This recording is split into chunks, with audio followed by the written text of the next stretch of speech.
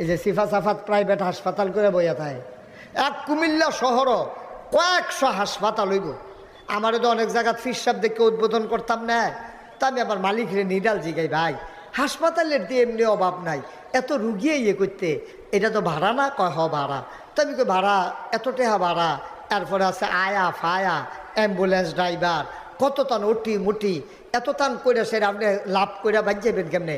হুজুর টেনশন করে না, হিসাব মিলেই রাখছি। আমি ওই কী হিসাব? আল্লাহ আল্লাহ করে যদি খালি মাসে 20টা সিজার ধরতাম পারি, দেখবেন কারবার গড়াইলাম। যদি 20টা সিজার করতাম পারি আল্লাহ আল্লাহ কইরা, দেখবেন হাসপাতালও আর লসের কোনো সম্ভাবনা নাই। ও আপনার বিবেকে কি কয়? যেই হাসপাতালের মালিকে চিন্তা করছে 20টা সিজার ধরতে পারলে তার 12টারা উঠটা কয়টা টেয়া থাকবো, তার এই হাসপাতালের জীবনে ফয়েজ ভাই নর্মাল ডেলিভারি হইব? ওই তো লইল দোতে থামাই লইব, ওইয়ের না সিজার করাম, সিজার করাম।